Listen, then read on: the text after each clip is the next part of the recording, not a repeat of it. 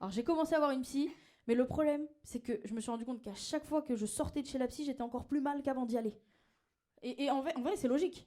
Parce que ma psy, elle a aucun intérêt à ce que je me sente mieux. Aucun. Le business plan est très mauvais pour les psys. Tu te rends compte, plus t'es mauvais psy, plus t'es riche. C'est pas un délire?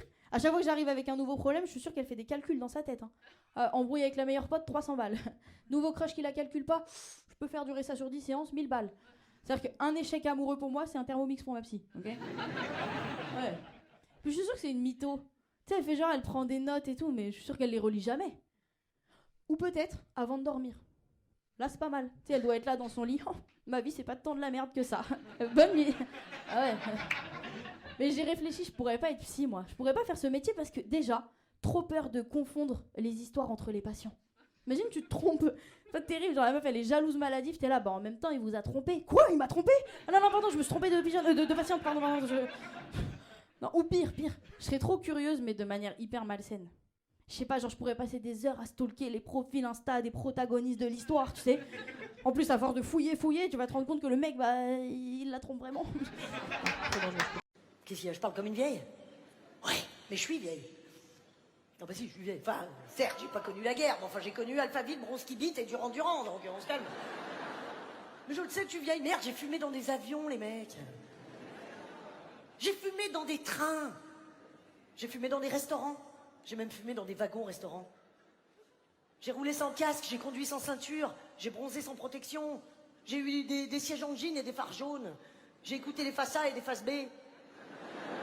J'ai fait de la science nat et de l'EMT, j'ai passé un bac qui n'existe plus, j'ai bu du Malibu.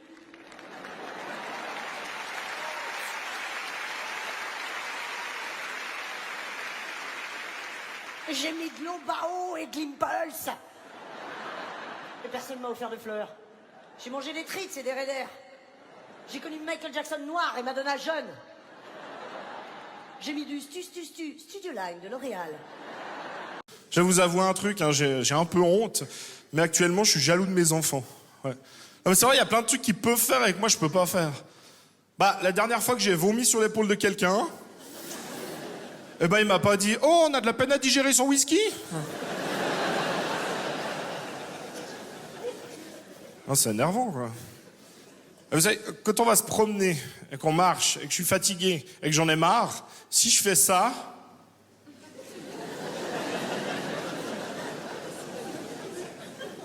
Bah non. Non, mais c'est trop bien d'être un bébé. Mais il y a plein de trucs qu'ils peuvent faire et que je peux pas faire. Bah, par exemple, si je réveille ma femme en pleine nuit en faisant « Hey! Hey! Hey! Hey! Hey! » Bah, elle va pas me dire « Oh, qu'est-ce qu'il y a, mon amour, tu veux téter ?»